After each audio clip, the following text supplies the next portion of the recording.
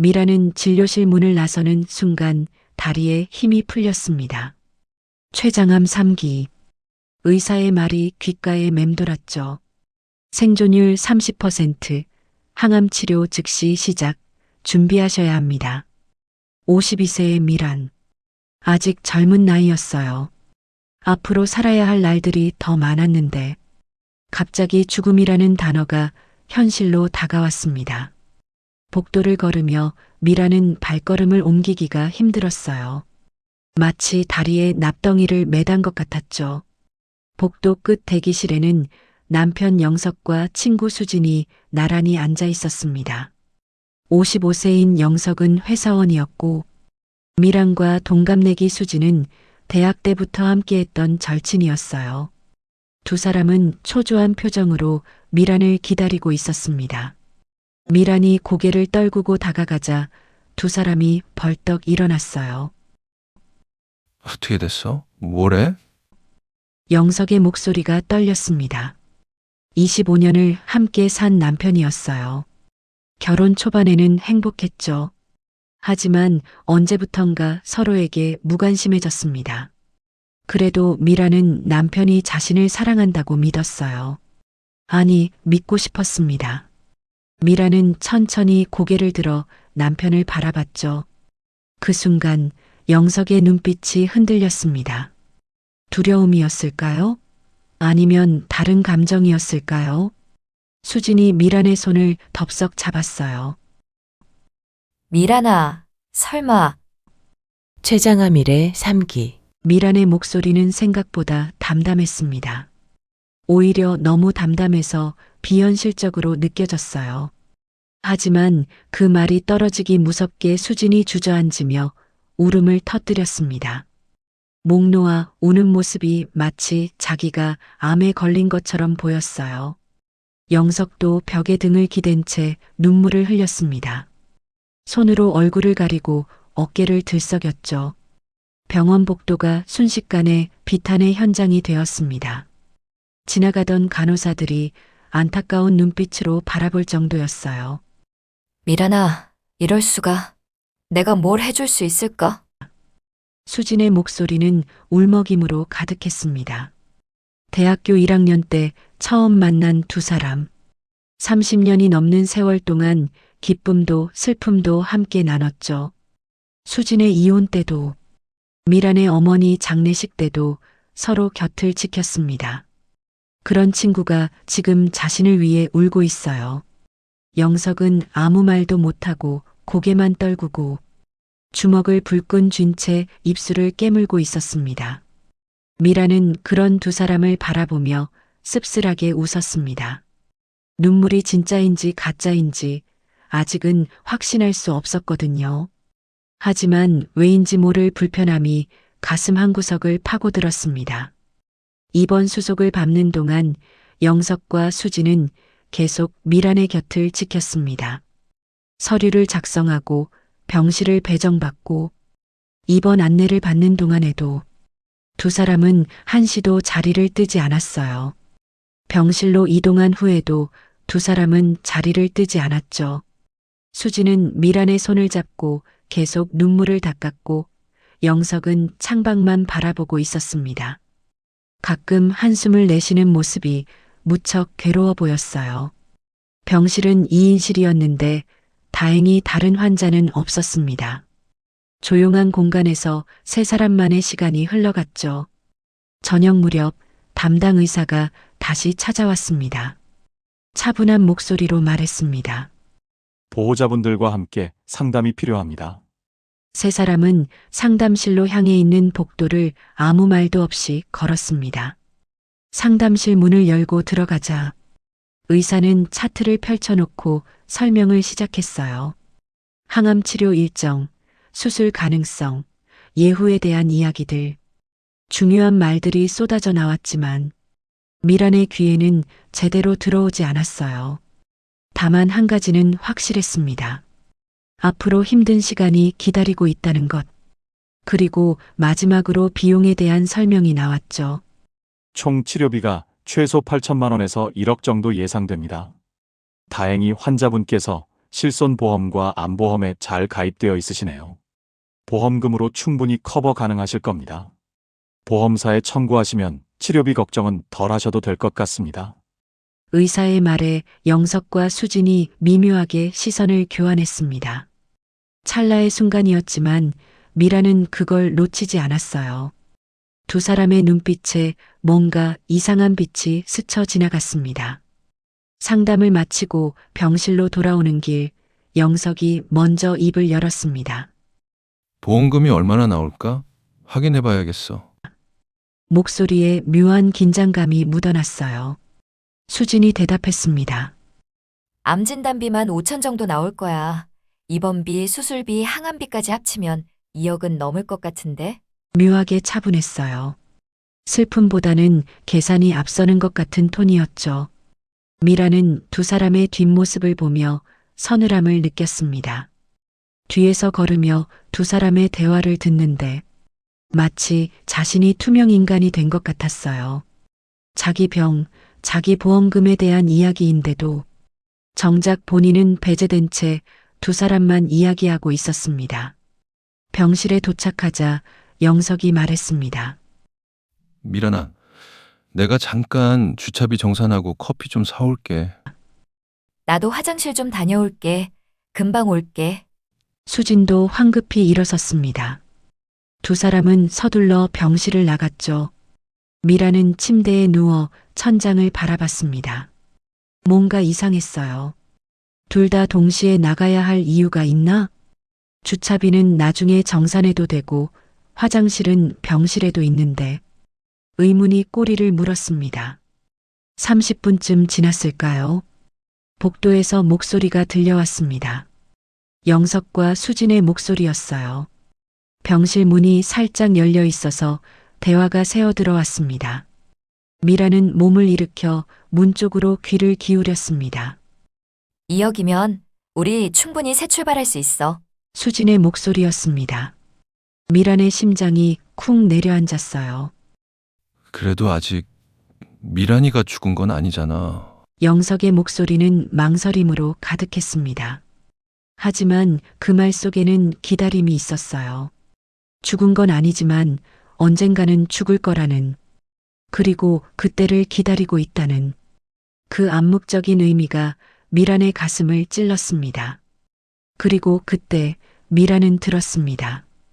똑똑똑 계산기 두드리는 소리였어요.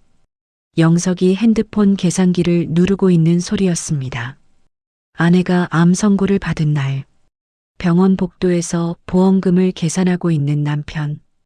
미라는 온몸에 소름이 돋았어요. 진단비 5천, 입원비 3천, 수술비 4천, 항암비 5천. 그럼 1억 7천. 거기다 사망보험금 5억까지 합치면 7억 7천이네. 와, 수진이 낮게 웃었습니다. 감탄하는 듯한 목소리였어요. 7억 7천. 그게 자신의 목숨값이었습니다. 췌장암 3기면 1년도 힘들다더라? 우리 조금만 기다리면 돼. 그동안 미란이 잘 간병하는 척 하면서, 알지?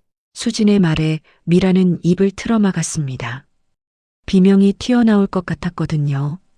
대학 때부터 친구였던 30년 지기 수진, 25년을 함께한 남편 영석. 그들이 자신의 죽음을 기다리며 계산기를 두드리고 있었습니다. 그것도 돈 때문에. 세상이 무너지는 것 같았어요. 아니, 실제로 무너지고 있었습니다. 미란이 믿었던 모든 것이 한순간에 산산조각 나고 있었죠. 복도의 대화는 계속되었습니다. 그나저나 민수 그놈 또 돈 달라고 하던데 이번에는 차를 바꾸고 싶다나 뭐라나. 민수? 그게 누군데? 영석의 목소리에 의아함이 묻어났어요. 질투 섞인 톤이었습니다. 수진이 잠시 말을 멈췄습니다. 아, 그냥 먼 친척 동생이야. 요즘 사업 자금이 필요하다고 돈이 많이 든대. 친척 동생? 너한테 그런 친척이 있었나? 응, 먼 친척이야. 나중에 소개시켜 줄게. 어색한 웃음이 이어졌습니다. 미라는 그 순간 깨달았어요. 수진도 뭔가 숨기고 있다는 것을요. 민수라는 사람, 수진에게 돈을 요구하는 남자. 그 남자는 누구일까요? 퍼즐 조각 하나가 미란의 머릿속에 들어왔습니다. 두 사람의 발소리가 가까워졌습니다. 미란은 재빨리 침대에 누워 눈을 감았어요. 심장이 미친 듯이 뛰었지만 최대한 호흡을 가다듬었습니다. 병실 문이 열렸습니다. 미란아. 자고 있네? 영석의 목소리였습니다.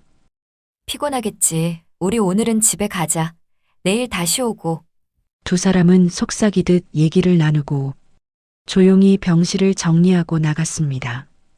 발소리가 완전히 사라지자 미라는 눈을 떴어요.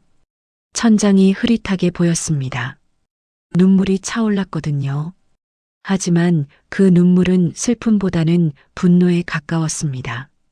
배신감이 온몸을 휘감았어요. 믿었던 사람들에게 칼을 맞은 기분이었습니다. 그것도 등에 깊숙이. 그날 밤 미라는 한숨도 자지 못했습니다. 머릿속으로 모든 것을 정리했어요. 남편과 친구의 관계, 그들이 나눈 대화, 그리고 수진이 언급한 민수라는 남자. 퍼즐 조각들이 하나씩 맞춰지기 시작했습니다.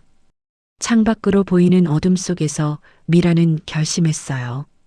당하고만 있지 않겠다고. 이들의 추악한 민낯을 반드시 밝혀내겠다고.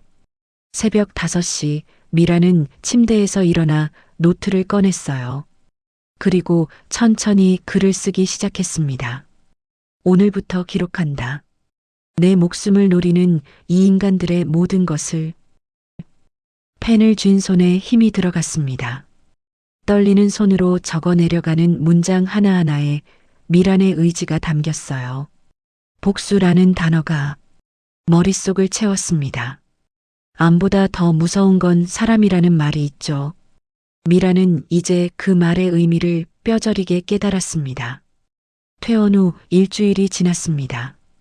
미라는 집에서 요양 중이었고 영석은 매일 출근했어요. 아침마다 몸 괜찮아? 힘들면 언제든 전화해. 라고 말하며 집을 나섰습니다. 다정한 남편의 모습이었죠. 하지만 미라는 알고 있었어요. 그 모든 게 연기라는 것을. 수지는 하루가 멀다 하고 미란의 집을 찾아왔습니다. 과일도 깎아주고 청소도 해주고 빨래도 개켜주면서 헌신적인 친구 행세를 했죠. 가끔은 미란을 위해 특별히 보양식을 만들어 오기도 했어요. 미란아, 이거 흑염소 고아서 가져왔어. 기력 회복에 좋대. 꼭 먹어야 돼. 수지는 진심 어린 표정으로 말했습니다. 하지만 미라는 알고 있었어요. 그 모든 게 연기라는 것을요. 빨리 죽으라고 보약을 먹이는 건 아닐까? 그런 생각마저 들었습니다. 어느 날 오후 수진이 또 찾아왔습니다. 손에는 비싼 과일 바구니를 들고 있었어요. 미란아, 오늘 컨디션 어때? 좀 나아진 것 같아? 응, 많이 좋아졌어. 항암도 잘 받고 있고. 미라는 일부러 밝게 대답했어요. 실제로는 항암 부작용으로. 속이 메스꺼웠지만 내색하지 않았습니다. 수진의 표정을 관찰하기 위해서였죠. 과연 수진의 표정이 미묘하게 굳었습니다. 그래? 그럼 다행이다. 목소리에 아쉬움이 묻어났어요. 좋아진다는 말에 기뻐해야 할 친구가 아쉬워하고 있었습니다. 미라는 그걸 놓치지 않았어요. 가슴이 저려왔지만 표정 관리를 했습니다. 수진이 소파에 앉으며 물었어요. 근데 미란아, 보험금은 언제쯤 나온대? 역시나 수진의 관심사는 미란의 건강이 아니라 보험금이었습니다. 진단비는 이미 나왔어. 5천만 원. 나머지는 치료 끝나고 나온대. 5천? 벌써? 수진의 눈이 반짝였습니다. 순간적으로 욕심이 드러났다가 재빨리 표정을 감췄죠. 그 돈은 잘 보관해놔야겠다. 앞으로 치료비 많이 들 텐데. 응, 영석 씨가 통장 관리하고 있어. 미란의 대답에 수진이 고개를 끄덕였습니다. 하지만 눈빛은 다른 곳을 향하고 있었어요. 이미 그 돈을 어떻게 쓸지 계획하고 있는 듯 했습니다. 그날 저녁 영석이 퇴근했어요. 평소보다 기분이 좋아 보였습니다. 콧노래까지 흥얼거리며 현관문을 열었죠. 저녁을 먹으며 미란이 물었어요. 여보, 요즘 회사 일 어때? 바빠? 응? 그냥 그렇지 뭐. 프로젝트 하나 마무리돼서 좀 여유로워. 그럼 오늘은 일찍 들어온 거네? 오늘은 야근 없어서. 하지만 미라는 알고 있었습니다. 영석의 회사 동료에게 이미 확인했거든요.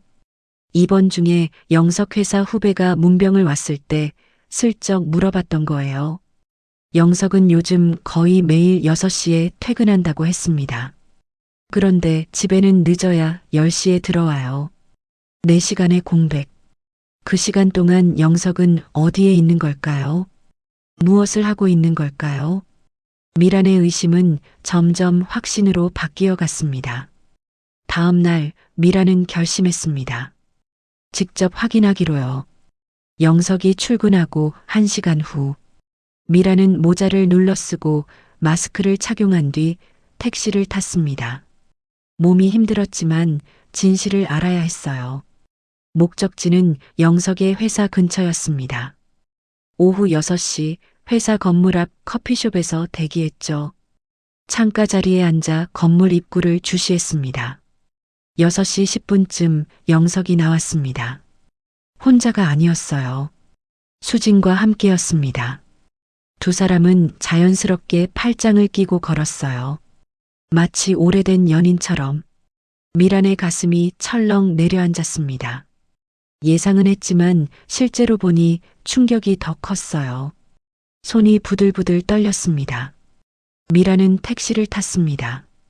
기사에게 뒤를 따라달라고 부탁했죠. 저 커플 보이시죠? 저 사람들 따라가 주세요. 들키지 않게요. 택시기사는 미란의 표정을 보고 상황을 눈치챈 듯 조심스럽게 운전했습니다. 두 사람은 번화가의 한 아파트 단지로 들어갔습니다. 30평대 신축 아파트였어요. 미란은 멀찍이 떨어져서 지켜봤습니다. 택시에서 내려 나무 뒤에 몸을 숨겼죠. 영석이 아파트 비밀번호를 눌렀어요. 익숙한 손놀림이었습니다. 주저함이 전혀 없었어요. 한두 번 온 게 아니라는 증거였죠. 미란의 시선이 영석의 손에서 떨어지지 않았습니다. 잠깐 켜졌다 꺼진 표시창에 302라는 숫자가 스쳤어요. 두 사람은 아파트 안으로 사라졌고 미란은 그 자리에 한참을 서 있었습니다. 다리가 후들거렸습니다. 암 진단을 받았을 때보다 더 큰 충격이었습니다. 30분쯤 지났을까 미란은 아파트 경비실로 갔습니다.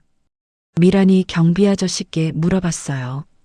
저기요, 302호에 누가 사는지 알 수 있을까요? 302호요? 무슨 일이세요? 아, 친구가 사는데 맞게 찾아온 건지 확인하려고요. 한 6개월 전부터 여자분이 혼자 사시는데 요즘은 남자분이 자주 오시더라고요. 남편인가 보다 했는데. 경비의 말에 미란은 비틀거렸습니다. 경비가 깜짝 놀라 미란을 부축했어요. 괜찮으세요? 안색이 안 좋으신데. 아니에요. 괜찮습니다. 감사합니다. 미란은 경비실을 나와 비틀거리며 걸었습니다. 6개월. 자신이 건강검진을 받고 암의심 소견이 나왔던 시기와 정확히 일치했어요. 수지는 그때부터 이미 준비하고 있었던 겁니다. 미란이 암에 걸릴 것을 예상이라도 한 듯이 집으로 돌아온 미란은 곧바로 노트북을 켰습니다. 그리고 영석의 신용카드 사용 내역을 확인했어요. 결혼할 때 부부 공동 명의로 만든 카드였기에 미란도 내역 조회가 가능했습니다.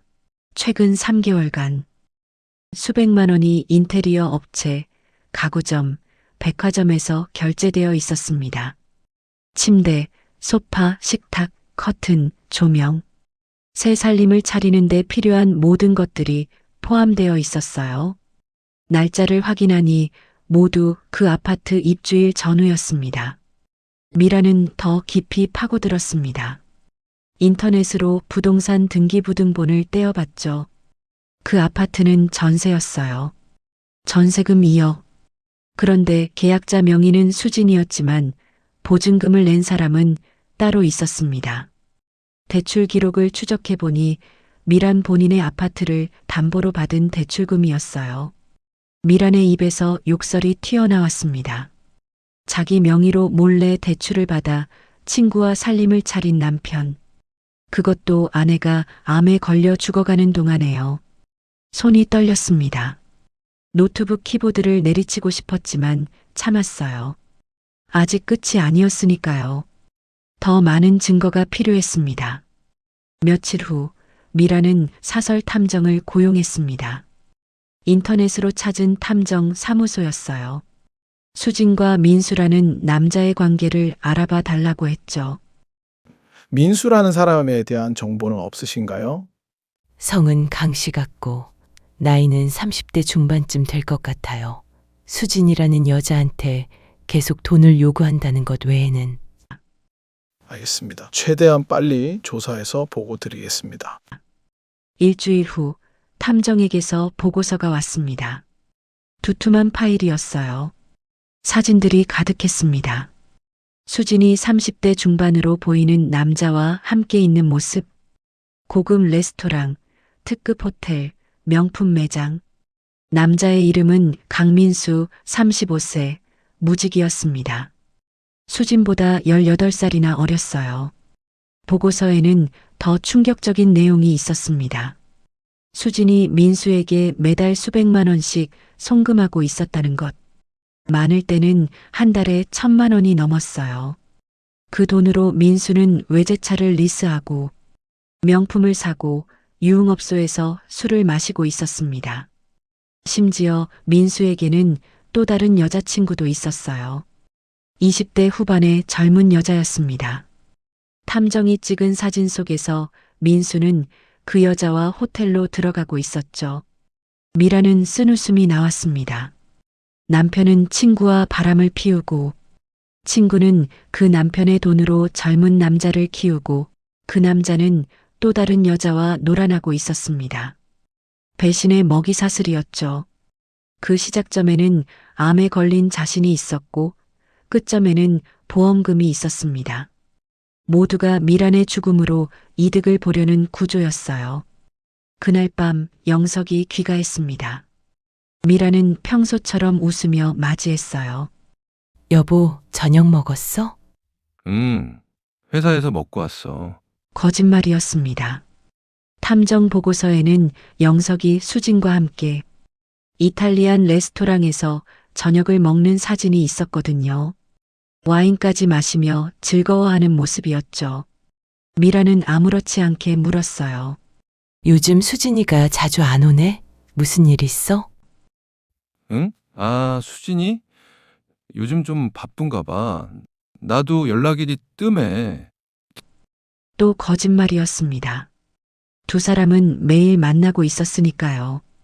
미라는 고개를 끄덕였어요. 그래? 나중에 한번 같이 밥이나 먹자고 해. 나 요즘 많이 외로워서. 그래, 내가 수진이한테 연락해 볼게. 영석은 거실로 가서 TV를 켰습니다. 뉴스를 보는 척했지만 계속 핸드폰만 들여다봤어요. 아마 수진이와 메시지를 주고받는 것 같았습니다.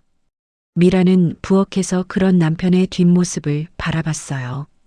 저 사람과 25년을 함께 살았습니다.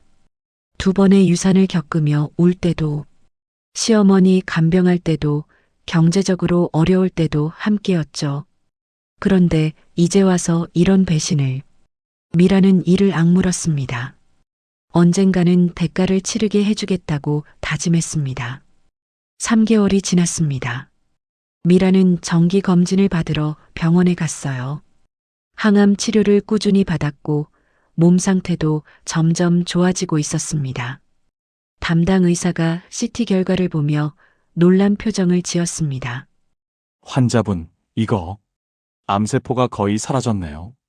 항암 반응이 이렇게 좋을 줄은 몰랐습니다. 의사의 목소리에는 진심 어린 놀라움이 담겨 있었어요. 그럼 완치된 건가요? 미란의 목소리도 떨렸습니다. 기쁨과 안도감이 한꺼번에 밀려왔어요. 아직 완치라고 단정할 수는 없지만 현재로서는 거의 정상에 가깝습니다. 기적이에요. 췌장암 3기에서 이 정도 반응을 보이는 건 정말 드문 일입니다. 환자분이 워낙 건강 관리를 잘하신 것도 있고 체력도 좋으셨던 것 같아요. 미란의 눈에 눈물이 고였습니다. 하지만 이번에는 기쁨의 눈물이었어요. 살 수 있다는 희망, 그리고 복수할 수 있다는 확신. 그 두 가지 감정이 뒤섞였습니다. 미란은 의사에게 부탁했습니다. 선생님, 이 사실을 아무에게도 말하지 말아주세요. 가족에게도요. 네. 왜요? 좋은 소식인데. 가족들도 얼마나 걱정하셨을 텐데 알려드려야죠. 제게는 사정이 있습니다. 부탁드려요. 환자의 요청이니 들어주실 수 있죠? 의사는 고개를 갸웃했지만 환자의 요청을 들어주었습니다. 의료 윤리상 환자의 프라이버시를 존중해야 했으니까요. 미라는 병원을 나서며 계획을 세우기 시작했어요. 이제부터가 진짜 게임의 시작이었습니다. 복수의 서막이 오르는 순간이었죠. 집으로 돌아온 미라는 침대에 누워 일부러 괴로운 표정을 지었습니다. 거울을 보며 연습했어요. 아픈 사람의 표정, 죽어가는 사람의 눈빛, 완벽하게 연기해야 했습니다. 영석이 퇴근하자마자 물었어요. 오늘 병원 갔다 왔다며? 결과 어땠어? 목소리에는 기대감이 섞여 있었습니다. 나쁜 소식을 기다리는 기대감. 별로 안 좋대. 암이 전이됐을 수도 있다고. 미란의 목소리는 떨렸습니다. 연기였지만 완벽했어요. 오랜 시간 준비한 연기였으니까요. 영석의 얼굴이 굳었습니다. 전이? 그럼 의사 선생님이 6개월에서 1년 정도라고. 더 이상 항암도 효과가 없을 수 있대. 이제 통증 관리만 하면서 편하게 지내는 게 나을 수도 있다고 하셨어. 그게 무슨 영석의 목소리가 잠겼습니다. 하지만 미라는 알았어요. 그 목소리 속에 슬픔이 아닌 다른 감정이 있다는 것을요. 기쁨과 기대, 그 추악한 감정이 숨어 있었습니다. 그날 밤 영석은 서둘러 전화를 걸었습니다. 발코니로 나가서요. 미라는 몰래 문틈으로 들었습니다. 미리 설치해둔 녹음기도 작동시켰어요. 수진아, 나야. 오늘 병원 결과 나왔어. 전이 됐대. 6개월에서 1년, 그러니까 우리 생각보다 빨리 될 수도 있다는 거지. 보험금? 당연히 나오지. 사망시 5억까지. 알았어. 내일 보자. 사랑해. 마지막 말에 미라는 이를 악물었습니다. 사랑한다는 말. 그 말을 아내가 아닌 다른 여자에게 하고 있었습니다. 5억. 자신의 목숨값이 5억이었어요. 다음 날 수진이 찾아왔습니다. 눈이 퉁퉁 부어 있었어요. 울었는지 안 울었는지 알 수 없는 얼굴이었습니다. 미란아, 어떡해. 내가 뭘 해줄 수 있을까? 수진아, 나 부탁이 하나 있어. 뭐든지 말해. 내가 할 수 있는 건 다 할게. 정말이야. 미라는 수진의 손을 꼭 잡았습니다. 떨리는 목소리로 말했어요. 내가 만약에 죽으면 영석 씨 잘 부탁해. 그 사람 혼자 남으면 아무것도 못할 거야. 요리도 못하고 청소도 서툴고. 수진이 내가 옆에서 좀 챙겨줘. 미란아, 무슨 소리야. 넌 안 죽어. 기적 같은 일도 일어나잖아. 아니야. 나 알아. 얼마 안 남았어. 몸이 느껴져. 그래서 이것 좀 받아줘. 미라는 서랍에서 봉투를 꺼냈습니다. 안에는 5천만 원짜리 수표가 들어 있었어요. 이건 진단비로 나온 보험금 일부야. 수진이랑 영석 씨가 나중에 같이 뭐 좋은 일에 쓰라고 투자도 하고 미래를 위해서. 수진의 눈이 커졌습니다. 손이 미세하게 떨렸어요. 욕심과 양심 사이에서 갈등하는 게 보였습니다. 하지만 결국 욕심이 이겼죠. 미란아, 이걸 내가 어떻게 받아? 내 마지막 부탁이야. 너가 영석 씨 옆에서 잘 챙겨줘. 너희 둘이 행복했으면 좋겠어. 내가 없어도. 수진은 결국 수표를 받았습니다. 미라는 그 순간을 놓치지 않고 숨겨둔 녹음기를 작동시켰어요. 수진이 돌아간 후 미라는 녹음 파일을 확인했습니다. 수진이 수표를 받으며 한 말들이 고스란히 담겨 있었죠. 고마워, 미란아. 내가 꼭 잘 쓸게. 영석 오빠랑, 아니, 영석 씨랑 잘 상의해서. 며칠 후 미라는 영석에게도 같은 제안을 했습니다. 여보, 우리 집 아파트 말이야. 내가 죽으면 당신 명의로 넘어갈 거잖아. 그런데 대출이 좀 있더라고. 응? 대출? 영석이 당황했습니다. 자기가 몰래 받은 대출이니까요. 얼굴이 하얗게 질렸어요. 2억 정도. 언제 받았어? 나는 몰랐는데 통장 정리하다가 발견했어. 아, 그게 회사에서 급하게 돈이 필요해서 말 안 해서 미안. 괜찮아. 나 죽으면 보험금으로 다 갚으면 되니까. 그리고 남은 돈으로 수진이랑, 아니, 당신 혼자 잘 살아. 미라는 일부러 말을 흐렸습니다. 영석의 얼굴이 새하얗게 질렸어요. 들킬까봐 두려워하는 표정이었습니다. 무슨 소리야? 수진이는 왜... 당신 수진이랑 잘 지내잖아. 나도 알아. 괜찮아. 오히려 다행이야. 내가 죽어도 당신 옆에 사람이 있다는 게 외롭지 않을 것 같아서. 영석은 아무 말도 못했습니다. 미라는 계속했어요. 그나저나 여보, 나 요즘 투자 공부 좀 하고 싶어. 남은 시간 동안 돈이라도 좀 불려놓으면 당신한테 더 많이 남겨줄 수 있잖아. 당신 노후 자금으로. 투자? 갑자기? 몸도 안 좋은데? 마지막으로 당신한테 해줄 수 있는 거라도 하고 싶어. 수진이가 요즘 괜찮은 투자처 안다고 하더라고. 같이 해볼까 해. 영석의 눈빛이 흔들렸습니다. 미라는 그 틈을 놓치지 않았어요. 3억 정도 투자하려고. 보험금 선지급 받아서 6개월이면 2배로 불어난대. 그럼 당신한테 6억을 남겨줄 수 있잖아. 집이랑 합치면 훨씬 더 여유로울 거야. 6억... 영석의 목소리가 떨렸습니다. 욕심이 눈에 보였어요. 탐욕이 이성을 지배하는 순간이었습니다. 미라는 속으로 비웃었습니다. 이렇게 쉽게 미끼를 문다니. 다음 날 수진에게 연락이 왔어요. 미란아, 영석 씨한테 들었어. 투자 이야기. 나도 같이 하면 안 될까? 나도 노후 자금 좀 마련하고 싶어서. 그럼 당연하지. 수진이도 돈 좀 벌어야지. 우리 같이 해. 고마워, 미란아. 내가 정말 좋은 곳 알거든. 확실한 데야. 내 지인이 운영하는 곳인데 수익률이 엄청나. 수진의 목소리는 흥분으로 가득했습니다. 미라는 전화를 끊고 미소를 지었어요. 미끼를 물었습니다. 이제 낚아올릴 차례였죠. 복수의 그물이 서서히 조여들고 있었습니다. 투자금 3억이 수진의 계좌로 들어갔습니다. 미라는 일부러 전액을 수진에게 맡겼어요. 신뢰하는 척했지만 사실은 모든 걸 감시하고 있었습니다.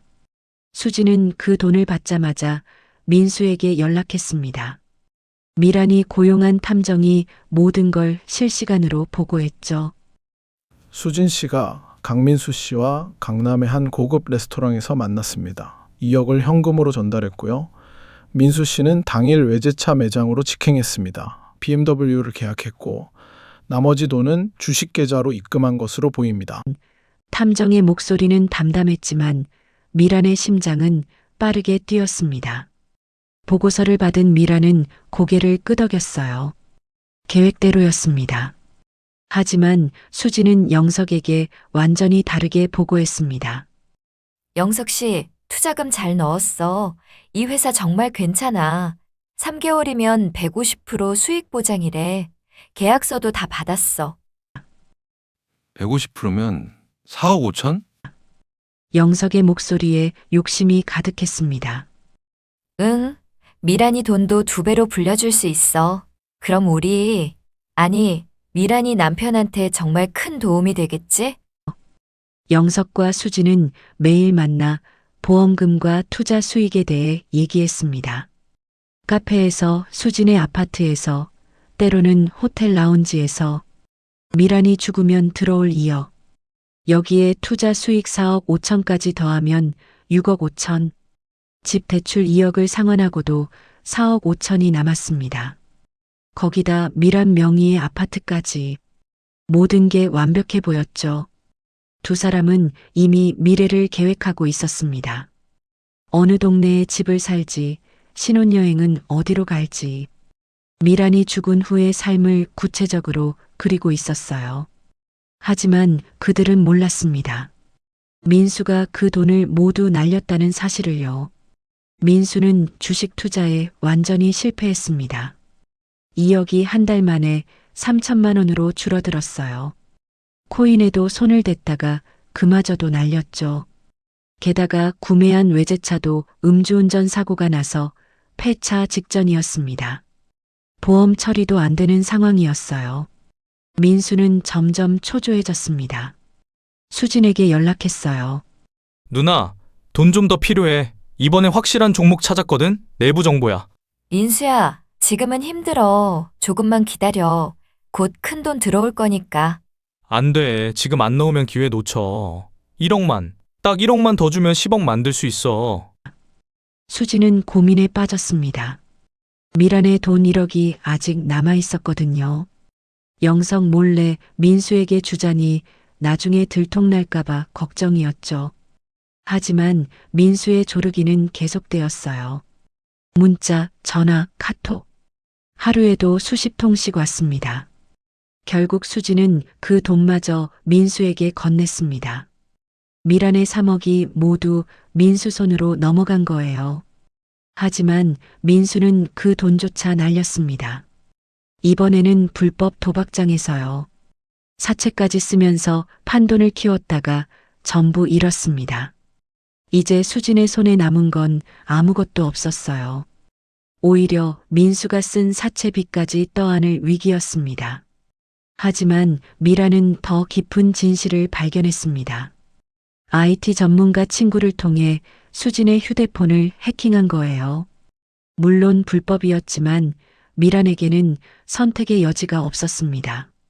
그리고 민수와 수진의 카톡 대화를 모두 확보했습니다. 미란의 손이 부들부들 떨렸어요. 분노와 배신감, 그리고 묘한 쾌감까지. 민수가 수진에게 보낸 메시지였습니다. 누나, 나 누나 친구 보험금 나오면 그 돈으로 우리 빌딩 사는 거 맞지? 누나가 그랬잖아. 5억이면 지방에 빌딩도 살 수 있다고. 나 벌써 부동산 알아보고 있어. 외곽 쪽으로 괜찮은 거 하나 찍어뒀어. 누나 이름으로 살 거야? 수진의 답장도 있었습니다. 그래, 조금만 기다려. 미란이 곧 죽을 거야. 췌장암 3기면 길어야 1년이래. 그럼 우리 완전 대박 나는 거지. 영석 씨는 나한테 푹 빠져 있으니까 조종하기 쉬워. 걱정 마. 보험금 나오면 반은 넣어줄게. 또 다른 메시지들도 있었어요. 누나, 그 누나 정말 불쌍하다. 남편이랑 친구한테 배신당하고 죽는 거잖아. 쉬, 그런 말 하지 마. 미란이는 착한 애야. 근데 어쩌겠어. 세상이 원래 그런 거지 뭐. 약육강식이야. 미라는 스크린샷을 모두 저장했습니다. 증거는 아무리 많아도 부족하지 않았습니다. 수지는 자신의 보험금으로 민수와 빌딩을 살 계획이었어요. 영석은 그저 이용당하는 바보였고요. 배신의 층위가 점점 깊어졌습니다. 한편 영석도 조금씩 의심하기 시작했습니다. 자기가 준 돈이 정말 투자에만 쓰인 걸까? 수진이 투자 증서를 보여주지 않는 게 이상했어요. 혹시 수진이 다른 남자에게 돈을 쓴 건 아닐까? 그 의심은 점점 커졌습니다. 질투와 불안이 영석을 괴롭혔죠. 며칠 후 영석은 수진을 추궁했습니다. 수진의 아파트에서였어요. 투자금 어떻게 됐어? 수익 난 거 맞아? 증서 좀 보여줘. 당연하지. 곧 돌려받을 수 있어. 증서는 회사에 맡겨뒀어. 언제? 구체적으로 언제 돌려받는데? 다음 달 말, 정확히 3개월 되는 날. 확실해? 만약 안 되면 어떡할 건데? 수진의 목소리가 조금 떨렸습니다. 확실해. 왜 자꾸 물어? 나 못 믿어? 그게 아니라 미란이 돈인데 확실해야 되잖아. 영석은 더 이상 묻지 않았습니다. 하지만 불안감은 사라지지 않았어요. 그는 몰래 수진의 통장 거래 내역을 확인했습니다. 수진이 샤워하는 사이 핸드폰을 열어본 거예요. 그리고 충격을 받았죠. 3억이 모두 민수라는 사람에게 송금되어 있었습니다. 투자 회사가 아니라 개인 계좌로요. 영석은 분노했습니다. 자기를 속인 수진에게요. 하지만 동시에 두려움도 느꼈어요. 3억이 날아갔다는 것. 미란에게 어떻게 설명해야 할지. 아니, 미란이 죽기 전에 들통나면 어떡하지. 보험금도 못 받는 거 아니야? 영석의 머릿속은 복잡했습니다. 며칠 후 영석은 수진을 만났습니다. 호텔 라운지였어요. 둘은 심하게 다퉜습니다. 3억을 남자한테 줬어? 너 정말 영석 씨도 나한테 미란이 돈 떼먹으려고 한 거 아니야. 우리 똑같아. 뭐가 똑같아? 나는 최소한 미란이 죽을 때까지 기다렸다고. 그래서 나도 기다리고 있어. 민수가 돈 벌어서 돌려줄 거야. 곧 대박 날 거라고 했어. 그게 언젠데? 미란이 언제 죽을지 모르잖아. 만약 완치라도 되면 어떡할 거야? 완치! 췌장암 3기가 완치돼! 말도 안 돼! 걱정하지 마! 둘의 싸움은 계속되었습니다. 목소리가 점점 커졌어요. 주변 사람들이 쳐다볼 정도였죠. 그리고 그 모든 대화는 미란이 설치한 도청 장치에 고스란히 녹음되고 있었습니다. 미란은 집에서 이어폰을 끼고 실시간으로 듣고 있었어요. 노트북 화면에는 오디오 파형이 출렁거렸습니다. 모든 증거가 쌓여가고 있었죠. 복수의 날이 다가오고 있었습니다. 파티 당일이 밝았습니다. 맑고 화창한 날씨였어요. 미라는 그동안 숨겨왔던 건강한 모습을 드러낼 준비를 했습니다. 거울 앞에 서서 메이크업을 했어요. 창백했던 얼굴에 생기가 돌았습니다. 머리도 새로 손질했죠. 강남의 한 특급 호텔 연회장을 빌렸습니다. 200명을 수용할 수 있는 큰 공간이었어요. 친구들, 친척들, 옛 직장 동료들, 그리고 영석과 수진까지 모두 초대했죠. 민수에게도 초대장이 갔습니다. 수진의 파트너라는 명목으로요. 오후 6시 연회장에 사람들이 모이기 시작했어요. 모두 검은색이나 어두운 색 옷을 입고 왔습니다. 미란의 마지막을 배웅하러 온 거라 생각했으니까요. 조문 분위기였습니다. 영석과 수진은 불안한 표정으로 입장했습니다. 두 사람은 따로따로 들어왔어요. 관계를 숨기기 위해서였죠. 민수는 수진이 들어온 지 10분 후에 나타났습니다. 수진 옆에 자연스럽게 앉았어요. 영석이 민수를 보는 순간 표정이 굳었어요. 사진으로만 봤던 얼굴이었습니다. 저 사람이 민수야? 영석이 수진에게 속삭였습니다. 수진이 고개를 끄덕였어요. 영석의 주먹이 불끈 쥐어졌죠. 자기 돈, 정확히는 미란의 돈을 날린 놈이 눈앞에 있었으니까요. 하지만 참았습니다. 미란 앞에서 티내면 안 되니까요. 일단 오늘을 넘겨야 했습니다. 연회장 한쪽에는 대형 스크린이 설치되어 있었습니다. 사람들은 수군거렸습니다. 미란이 상태가 많이 안 좋다던데. 마지막 파티래. 안타깝네. 아직 젊은데. 가족들 얼마나 힘들까? 보기 안쓰럽다. 그때 조명이 어두워졌습니다. 웅성거리던 소리가 멈췄어요. 스포트라이트가 무대를 비췄습니다. 그리고 미란이 등장했어요. 환자복이 아니었습니다. 화려한 붉은색 드레스를 입고 머리를 곧게 올린 채 하이힐을 신은 건강한 모습이었어요.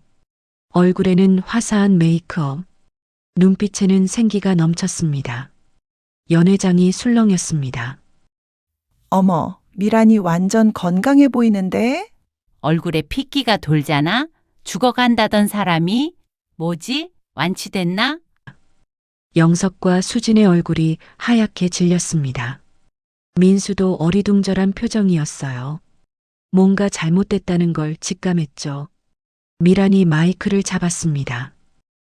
안녕하세요, 여러분. 오늘 이렇게 바쁘신데 시간 내어 와주셔서 진심으로 감사드립니다.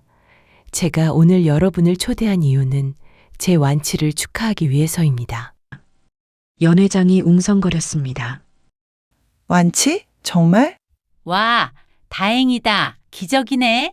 췌장암이 완치됐다고? 하지만 영석과 수진은 얼어붙었어요.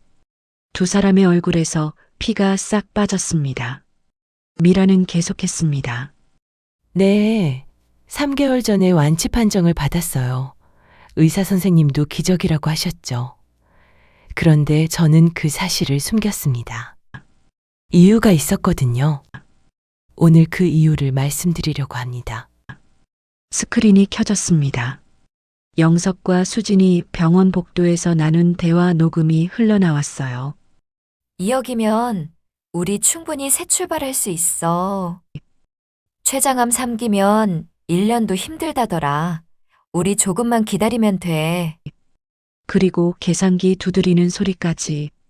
그 소름 끼치는 소리가 연회장에 울려 퍼졌습니다. 진단비 5천, 입원비 3천, 수술비 4천, 항암비 5천, 그럼 1억 7천. 거기다 사망보험금 5억까지 합치면 7억 7천이네. 와. 연회장이 조용해졌습니다. 모든 시선이 영석과 수진에게 쏠렸어요. 두 사람은 고개를 들지 못했습니다. 손이 부들부들 떨렸어요. 미라는 냉정하게 말했습니다. 제 남편과 대학 때부터 30년을 함께한 친구입니다. 제가 암에 걸렸을 때 슬퍼한 게 아니라 보험금을 계산기로 두드리며 기다렸죠. 아내의 죽음을, 친구의 죽음을 돈으로 환산하면서요. 스크린이 바뀌었습니다. 영석과 수진이 아파트에서 함께 사는 모습, 손을 잡고 거리를 걷는 모습, 레스토랑에서 와인을 마시는 모습, 팔짱을 끼고 걷는 모습, 키스하는 모습까지 연회장에서 비명이 터져 나왔어요. 저게 뭐야?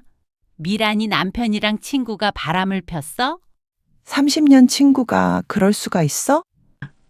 미라는 계속했습니다. 목소리는 차가웠지만 단단했어요.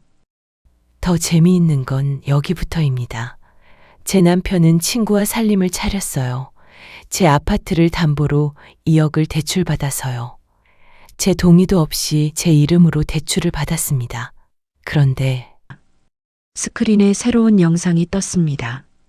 수진과 민수가 함께 있는 모습, 고급 레스토랑에서 식사하는 장면, 호텔로 들어가는 장면, 명품 매장에서 쇼핑하는 모습, 수진이 민수에게 수표를 건네는 장면, 영석의 입이 떡 벌어졌어요. 그 친구 수지는 그 돈을 다시 30대 제비 민수 씨에게 갖다 바쳤습니다. 남편은 친구한테 속고 친구는 젊은 남자한테 속고 완벽한 먹이사슬이죠. 그 꼭대기에 제 목숨이 있었고요. 그리고 스크린에 카톡 대화가 크게 떴습니다. 민수와 수진의 대화였어요. 누나, 나 누나 친구 보험금 나오면 그 돈으로 우리 빌딩 사는 거 맞지? 그래, 조금만 기다려. 미란이 곧 죽을 거야. 췌장암 3기면 길어야 1년이래. 연회장이 웃음바다가 되었습니다. 비웃음이었어요. 경멸과 조롱이 섞인 웃음. 영석이 수진을 노려봤습니다. 네가 감히 수지는 고개를 숙인 채 떨고 있었어요. 민수는 슬쩍 뒤로 빠지려 했지만 입구에 경비원들이 서 있었습니다. 미란이 미리 배치한 사람들이었어요. 미란이 다시 말했습니다. 그리고 제가 두 분께 투자하라고 준 3억 기억하시죠? 제 마지막 소원이라며 드렸던 그 돈. 그 돈도 민수 씨가 다 날렸더라고요. 주식하다가 도박하다가 지금 남은 거 단 1원도 없죠? 수진이 고개를 들었습니다. 눈물이 주르륵 흘러내렸어요. 진짜 눈물인지 연기인지 알 수 없었습니다. 미란아, 나는 닥쳐요. 변명 듣고 싶지 않아요. 30년 친구한테 들을 말이 변명은 아니잖아요.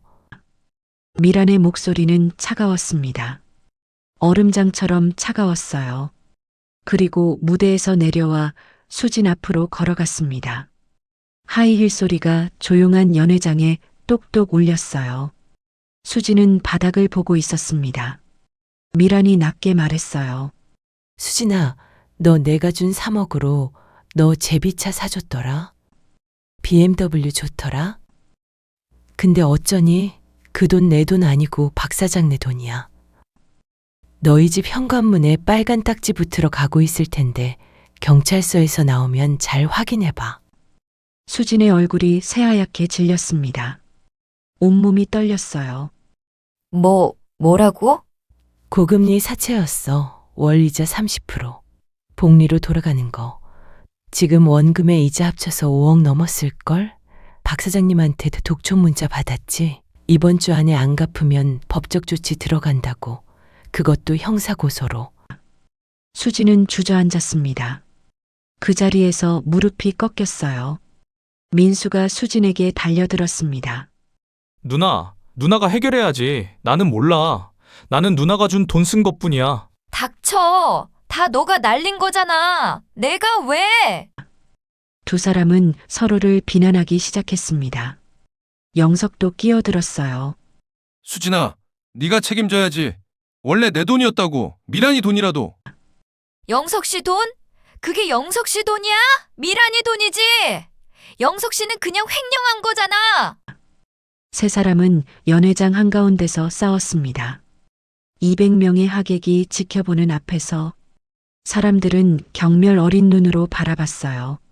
누군가 핸드폰으로 영상을 찍기 시작했습니다. 미라는 그 광경을 조용히 지켜봤어요. 그러다 손뼉을 쳤습니다.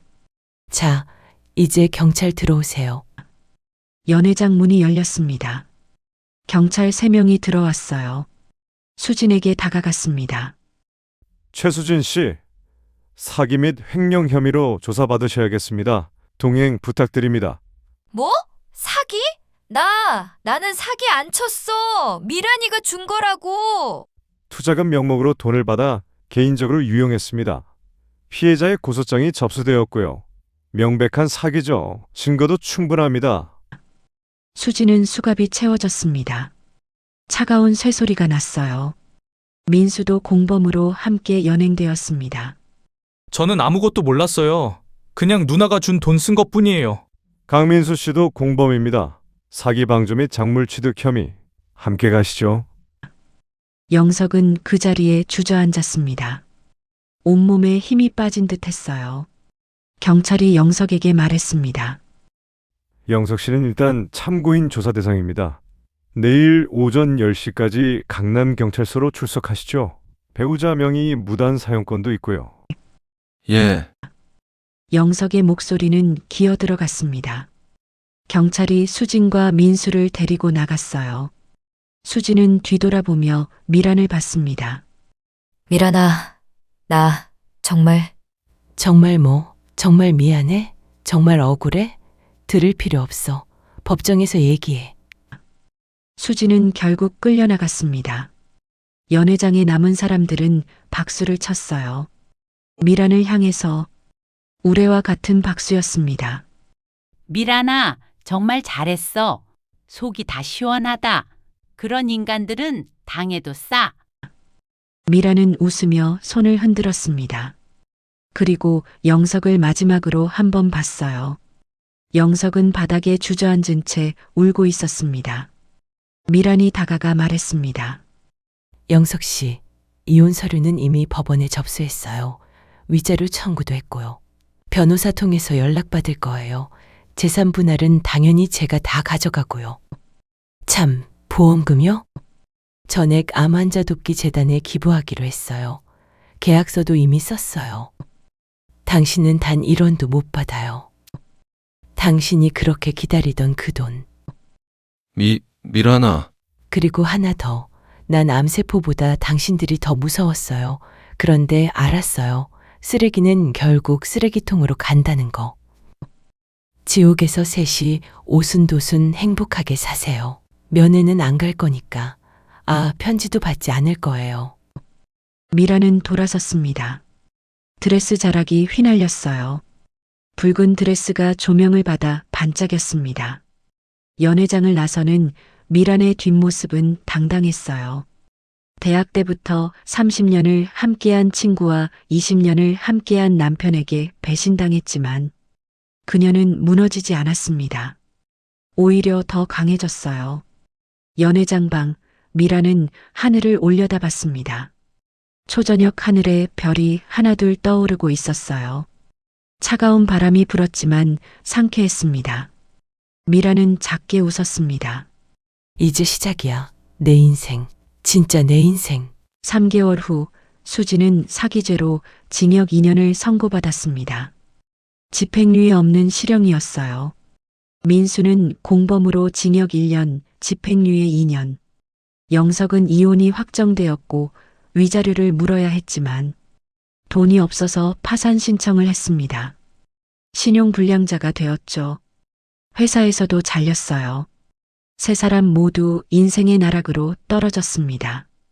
미라는 새로운 사업을 시작했습니다. 암 환자들을 위한 상담센터였어요. 희망의 집이라는 이름을 붙였습니다. 자신의 경험을 바탕으로 같은 고통을 겪는 사람들을 도왔어요. 특히 가족에게 버림받은 환자들을 위한 프로그램을 만들었습니다. 보험금 7억은 약속대로 모두 기부했습니다. 암 환자 지원 재단에 전액.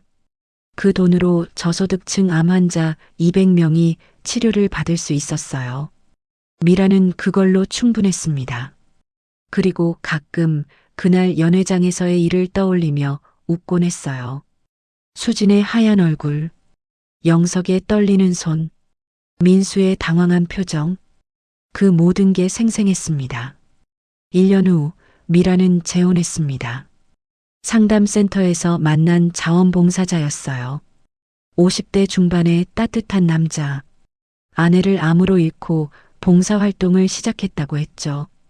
두 사람은 서로의 아픔을 이해했고 서로를 치유했습니다. 배신은 대가를 치르게 됩니다. 언젠가는요. 미라는 그걸 몸소 증명했습니다. 그리고 다시는 뒤돌아보지 않았어요. 앞만 보고 걸어갔습니다. 건강하게, 당당하게, 행복하게, 새로운 사랑과 함께. 미란의 이야기는 끝났지만 그녀의 삶은 이제 막 시작이었습니다. 진짜 행복을 향해 걸어가는 새로운 시작. 그게 바로 미란이었습니다. 오늘 사연은 어떠셨나요? 구독과 좋아요는 더 좋은 사연을 발굴하는데 큰 힘이 됩니다. 들어주셔서 감사합니다.